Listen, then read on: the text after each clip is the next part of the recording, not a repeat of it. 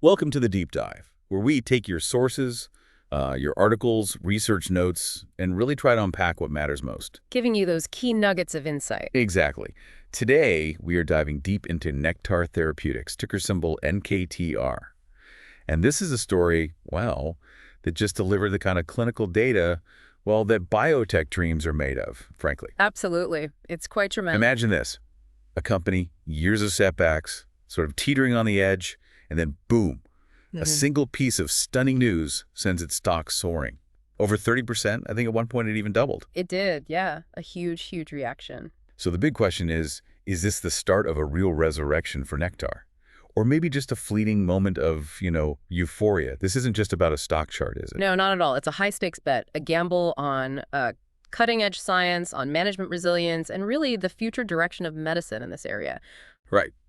So our mission today is to sift through all this data, try and give you a comprehensive understanding of what's actually happening, why it matters so much, and maybe what the path forward could look like for this really fascinating company. It's a quintessential biotech narrative, isn't it? The sheer binary nature of this industry. One piece of data can just completely reshape everything for a company. And the speed of it. Yeah. That's what's incredible, how fast the market repriced Nektar, all based on that one single powerful catalyst. Yeah, the market doesn't wait around when news like this hits. Okay, so let's try and understand what's behind it. Let's kick things off with Chapter 1, Business Understanding. Right. For anyone trying to get a handle on Nektar, the first thing, I think, is to grasp that it's a clinical stage biopharmaceutical company. What does that actually mean day to day? It means their whole business model, it revolves around scientific discovery, long-term R&D. They're not selling products today in the way, say, Pfizer is. Their goal, their entire focus, is getting drugs approved. Then they might sell them, or maybe more likely, partner up with a larger pharma company that has the sales force and infrastructure. That's a crucial distinction. So looking at their current revenue, Yeah. it's pretty minimal, right? Minimal is putting it mildly. It's also a stark reminder that this company is deep in the science phase. They're burning cash to build future value, not banking profits now. So that Q1 2025 revenue was at $10.5 million. Yeah. That drop wasn't necessarily a bad sign operationally? No, not in the traditional sense. That was a direct consequence of a strategic decision they made late last year in 2024 to sell their manufacturing business. Ah. So judging them on current revenue is like judging a construction project by the size of the hole they've dug, not the skyscraper they plan to build.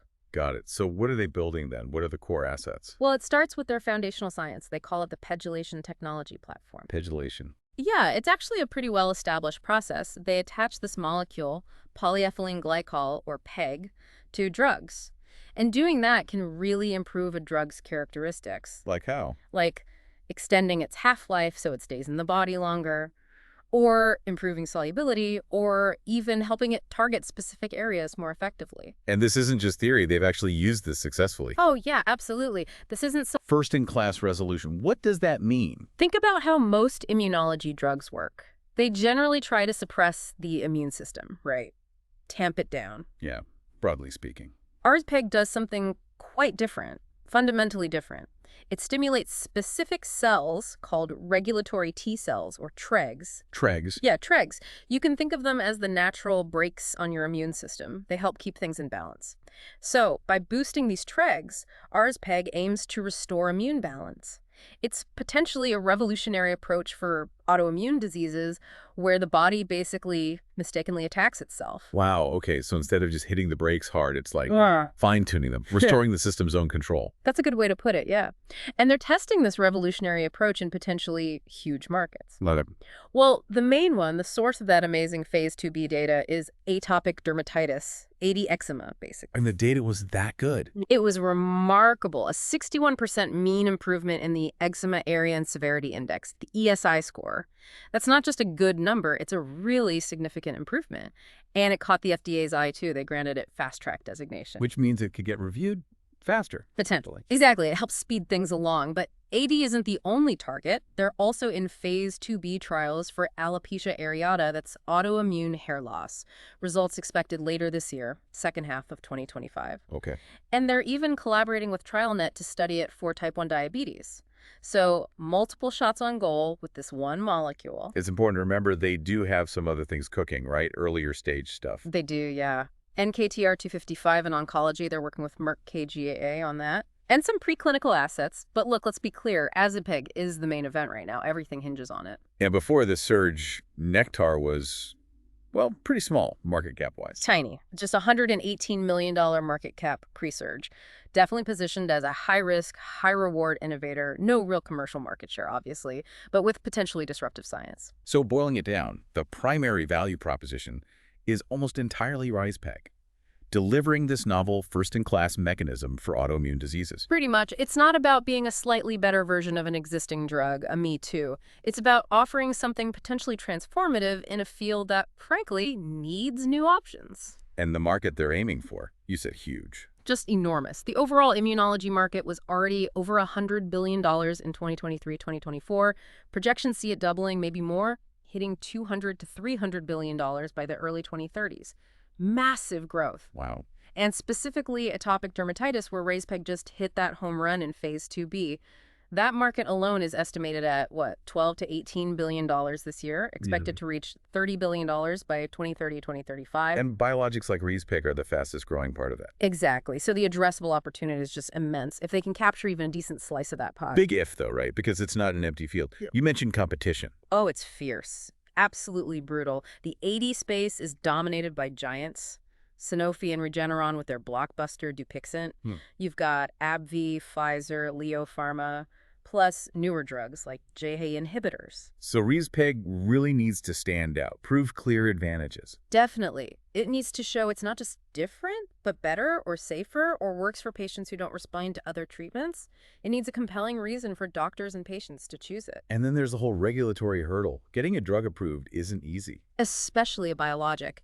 The FDA process is incredibly long, expensive, and rigorous. You start with the IND, the investigational new drug application, then years of clinical trials, phase 1 for safety, phase 2 for efficacy and dosing, which is where rezpegaldesleukin just succeeded. And phase 3 is the big one, right? Large scale, confirms efficacy. That's the massive pivotal stage. If it gets through phase 3 successfully, then you submit the biologics license application, the BLA. And even then, success isn't guaranteed. For biologics, they say the process is the product. Manufacturing consistency is scrutinized just as much as the clinical data.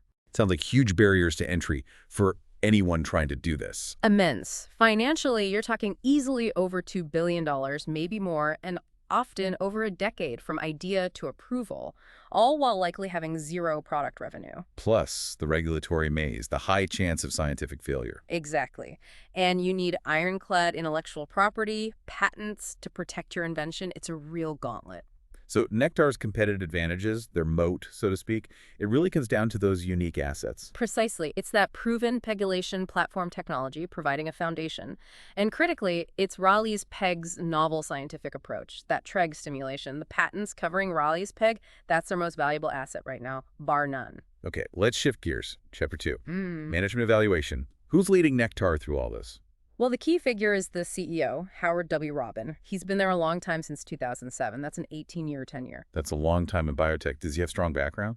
Pretty impressive, yeah. Before Nektar, he was CEO of Nektar Therapeutics, which got acquired by Merck for over $1 billion.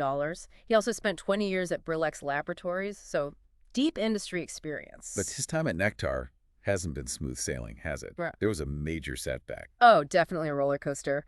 The huge setback was the failure of their big oncology hope, rezpegaldesleukin, BEMPEG, which was in collaboration with Bristol Myers Squibb. That failure was devastating. The stock collapsed. It forced a real crisis. How did management respond to that crisis? This is where I think you see their pragmatic side, maybe survival instincts kicking in. They initiated a major pivot, strategic reorganization, deep cost cuts. And that manufacturing facility sale we mentioned? Yes, that was part of it. Selling the Huntsville facility, some called it a masterful move. They got $90 million in cash plus a $20 million equity stake in the buyer. Which was crucial for cash flow. Absolutely critical. It was non-dilutive cash, meaning they didn't have to issue more stock at depressed prices. It extended their financial runway right up to this rezpegaldesleukin data readout. Without that sale, they might not have made it this far. What's the trade-off there? Relying on an external supplier now. That's exactly it. They're now dependent on the buyer, Gannett Biochem, for key manufacturing regions. It introduces a new supply chain risk they didn't have before. How about transparency and ethics? Any red flags? They follow standard communication practices, investor calls, press releases, the usual. However, it is worth noting there was a shareholder class action lawsuit back in 2019. It alleged misleading statements about manufacturing consistency for a previous drug, NKTR 214. And purely anecdotally, if you look at employee reviews on sites like comparably, the CEO's ratings are, let's say, not stellar. Bottom 10% for similar-sized companies, according to that site. Interesting. And where are they putting their money? Capital allocation? Laser focus on R&D, as it absolutely should be for a company at this stage. In Q1 2025, R&D was $30.5 million out of $55 million total operating expenses. And those expenses were increasing, driven directly by pushing rezpeg forward. Any M&A activity? Or are they focused internally? Their strategy seems more focused on out-licensing, finding partners for their drugs rather than acquiring other companies. And again, that manufacturing divestiture was a key capital allocation decision aimed at getting cash without diluting shareholders. And obviously no dividends or share buybacks. No, absolutely not. For a clinical stage biotech burning cash, every single dollar has to go back into the pipeline. It's purely an investment phase. You wouldn't expect buybacks or dividends here. Which explains the return on invested capital, the ROIC. It's deeply negative. Consistently, yes. Figures like -40% to -66%. But again, you have to see it in context. Okay. For a clinical stage biotech, this is normal. They are investing capital massively over decades sometimes. So the negative ROIC isn't the story. No, the real question is whether the future return from rezpeg, if it succeeds, will justify the enormous amount of capital deployed over the years. That's the bet. Okay, that makes sense. Let's dive into the numbers more directly then. Chapter 3, Financial Analysis.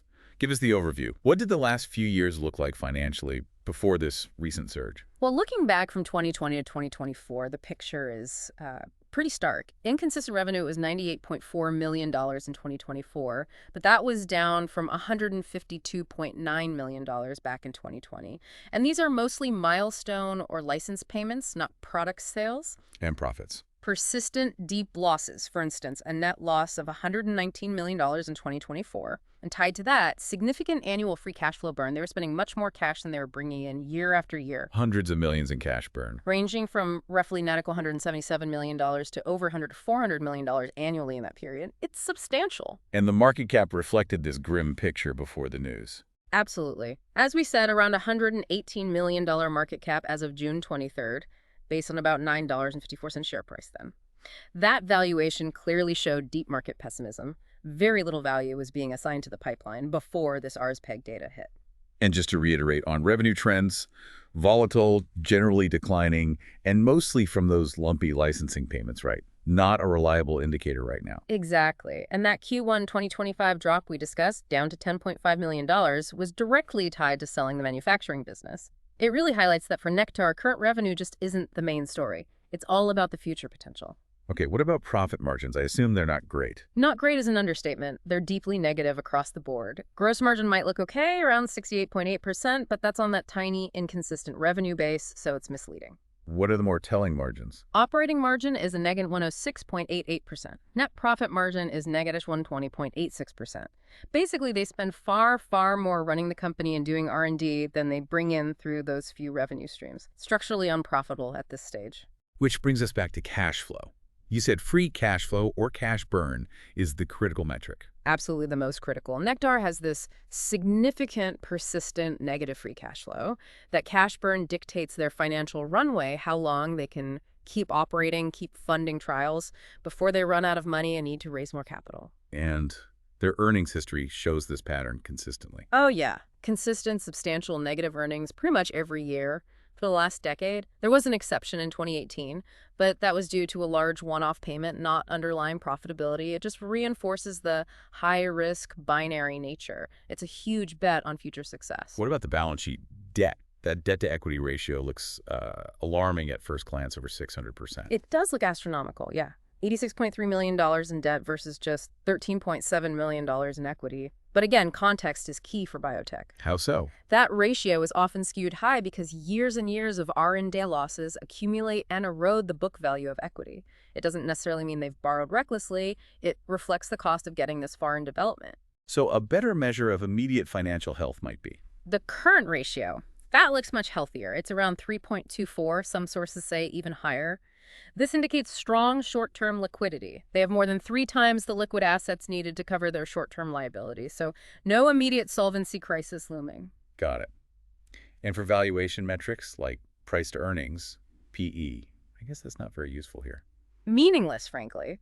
With negative earnings, the PE ratio doesn't tell you anything useful. You can't compare it to profitable companies. So how do you try to value a company like Nektar? Well, the standard approach is a discounted cash flow or DCF model. But, and this is a huge buddy, it's highly speculative for a clinical stage biotech. Why so speculative? Because you have to make enormous assumptions about things that are completely uncertain. Will rezpegaldesleukin get approved? When? How big will its sales be? What market share can it capture? What will the profit margins be? How much more dilution will shareholders face from future fundraising? You're essentially trying to predict the future success of a drug that isn't even approved yet. So it's more of an illustration than a precise prediction. Exactly. It's an educational illustration. Based on what we see as aggressive but perhaps plausible assumptions for rezpegaldesleukin's success in AD, our DCF model gives a very wide estimated intrinsic value range. What kind of range are we talking? Somewhere between, say, $8 and $25 per share. Again, emphasize that this is not a price target. It just shows the potential scale if things go very well. And what are the key assumptions driving that wide range? Okay, first, revenue projections. We assume a successful rezpegaldesleukin launch, maybe 2028, 2029, capturing maybe 7–10% of that big AD market, leading to $2–3 billion in peak annual sales by the mid-2030s. That's a big assumption right there. What else? Probability of success. This is probably the single most sensitive input. Historically, drugs succeeding in phase 2 have maybe a 30% chance of getting approved. Given the strength of this data, we used a more optimistic 40–50% probability. Still less than a coin flip, mind you. And the discount rate. High risk means a high discount rate. Very high. We used 15–20%. Reflects the extreme risk involved. And finally, future dilution. We absolutely have to assume they'll need to raise more money, likely significant amounts for phase 3 trials and commercial prep. That means issuing more stock, diluting existing shareholders. At least 1 or 2 major financing rounds seem probable. Okay, that gives a really good picture of the underlying business and the financial realities. It's a lot to digest. Just a quick reminder for everyone listening, this deep dive is crafted for you based on the sources you provide. If you're finding this valuable, please remember to like and subscribe to the Stock Analytics AI YouTube channel. Yeah, it really helps us out. It does. And for just $4.99 a month, members get priority deep dives on tickers you suggest, access to trending stocks daily, and exclusive priority access to our upcoming S&P 500 stock coverage. We're planning to cover them all. That's a huge undertaking. It is. And if you just want a one-off deep dive on a specific stock, you can simply drop us a super thanks on YouTube. Your support is what allows us to deliver these insights directly to you.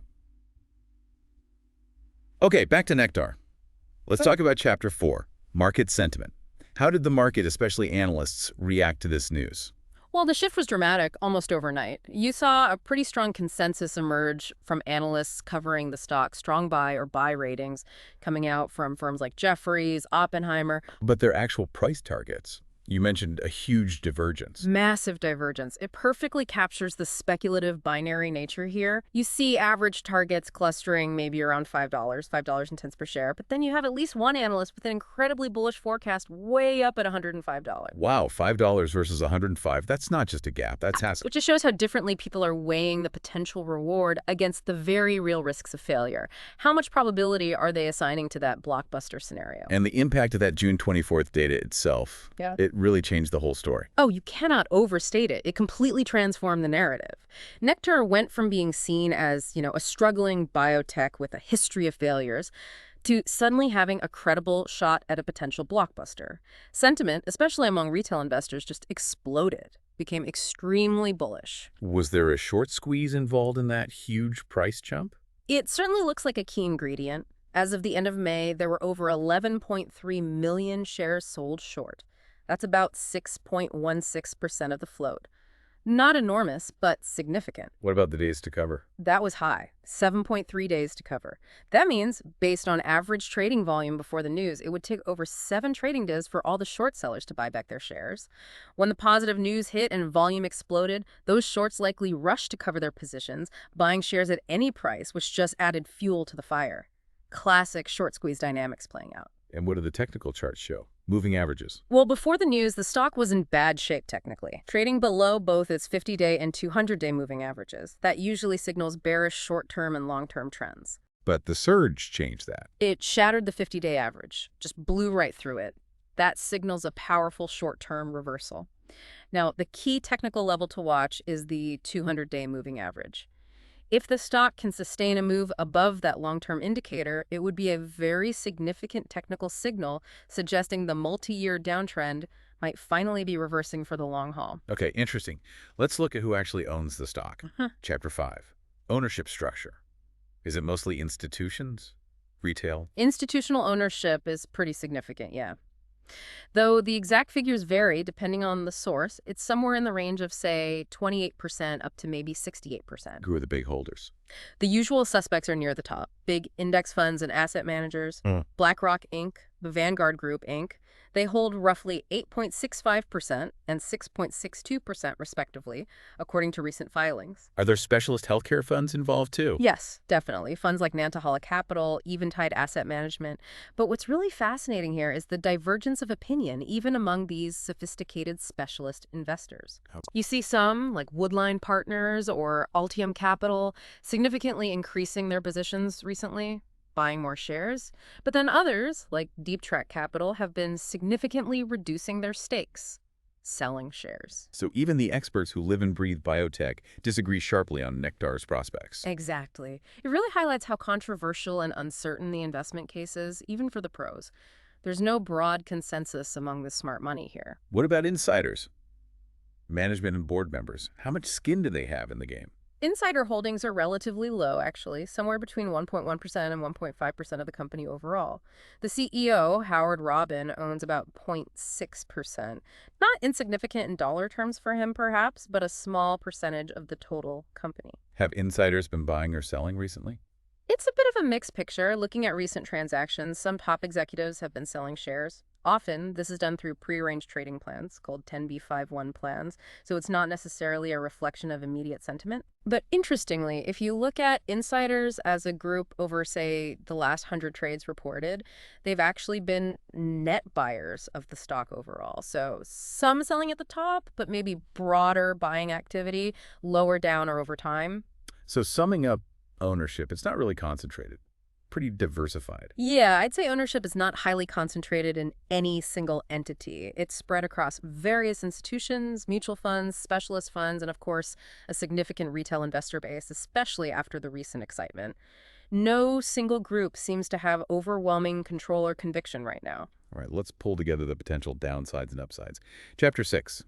Risk assessment. We can use a SWOT analysis framework here. Strengths, weaknesses, opportunities, threats. Let's start with strengths. Okay, strengths. First, that proprietary and importantly proven science, the pedulation platform. It's not just theoretical. Right. Second, they now have a lead asset, rezpeg, that is significantly de-risked, at least partially, by that overwhelmingly positive phase 2b data. It looks genuinely promising. Third, experienced and, as we discussed, resilient leadership. They navigated the BEMPEG crisis and survived. And the cash position. That's the fourth strength, sufficient near-term cash runway. Thanks mainly to that manufacturing facility sale, they have funds to operate into the fourth quarter of 2026. That gives them breathing room for the next steps with rezpeg. Okay, now the flip side, weaknesses. Weaknesses are significant too. First, that history of clinical failures, especially the high-profile BEMPEG blowup, that damages credibility and investor trust. It hangs over them. Understandable. What else? Second, the high cash burn rate. They are structurally unprofitable right now. Third, single asset dependency. Their future is almost entirely riding on rezpeg. If it fails, there isn't a clear plan B ready to go. Lack of infrastructure. Yes. Fourth, lack of commercial infrastructure. They don't have their own sales and marketing teams ready to launch a drug. They'd likely need a partner for that. And fifth, the weak balance sheet structure on paper, that high debt-to-equity ratio, even if context matters, it's still a technical weakness stemming from past losses. Okay, opportunities. What's the potential upside beyond just getting rezpeg approved? Well, first and foremost, the massive commercial opportunity in atopic dermatitis. It's a multi-billion-dollar market, as we discussed. Huge potential if they succeed. And rezpeg itself has potential beyond AD. Exactly. That's the second opportunity, a pipeline in a product potential. Rezpeg could work in other autoimmune diseases like alopecia areata, maybe type 1 diabetes, potentially others. Success in one could open doors to many more. And the strong data makes them more attractive. Third opportunity, partnership or acquisition potential. With strong phase 2b data in hand, Nektar becomes a much more attractive target for larger pharmaceutical companies looking to add a promising novel immunology asset to their own pipelines. A buyout or a lucrative partnership deal is definitely more likely now than it was a month ago. All right, finally, threats. What could derail this story? Threat number one, and it's the biggest by far, clinical trial failure. Rezpeg still has to get through phase 3. Phase 3 trials are incredibly expensive, complex, and have a notoriously high failure rate, even for drugs that looked great in phase 2. This is the single greatest threat. Competition is another threat. Absolutely. Intense competition. Those giants like Sanofi, Regeneron, AbbVie, they won't give up AD market share easily. They have established drugs, huge marketing budgets. It will be a fight. What about funding? Third threat, financing and dilution risk. They will need more money, hundreds of millions probably, to fund phase 3 trials and prepare for commercialization. That almost certainly means issuing more stock, which dilutes existing shareholders' ownership. How much dilution and at what price is a major uncertainty. And regulatory hurdles remain? Fourth threat, regulatory risk. Even if phase 3 is successful, there's no absolute guarantee the FDA will approve the drug or that they'll grant a broad label covering a large patient population. The FDA review process itself carries risk. Are there broader macroeconomic threats to consider? Yes, definitely. Things like higher interest rates make borrowing more expensive, but more importantly, they tend to reduce investor appetite for speculative, high-risk stocks like clinical-stage biotech. This can make future fundraising harder and potentially more dilutive. And inflation. Inflation directly increases their costs, lab supplies, clinical trial fees, salaries. That accelerates their cash burn and shortens their financial runway. So macro factors absolutely play a role. Any geopolitical risks. Yeah. Maybe hypothetical ones like trade issues. It's plausible. For example, since Nektar outsourced key manufacturing steps after selling their facility, hypothetical future U.S.-imposed tariffs, say in 2025, on goods from major pharmaceutical hubs like China or India could potentially increase costs for raw materials or equipment, or even cause significant delays if supply chains are disrupted. It's a risk factor, perhaps less immediate, but real. Okay, we've covered a lot of ground. Let's bring it all together. Chapter 7. Conclusion. Can you synthesize the bull case for us? Why might someone be optimistic? Okay, the bull case, in a nutshell. You have a potential blockbuster drug, rezpeg, now with strong positive phase 2b data in a massive market, atopic dermatitis. It has a novel, potentially first-in-class mechanism, TREG stimulation, offering something genuinely new. Plus the expansion potential. Right. The pipeline in a product, opportunity expanding into alopecia, maybe diabetes. The strong data significantly increases the potential for a lucrative partnership or even an outright acquisition. And you have an experienced management team that has shown resilience in navigating crises. That's the optimistic view. Now, the bear case.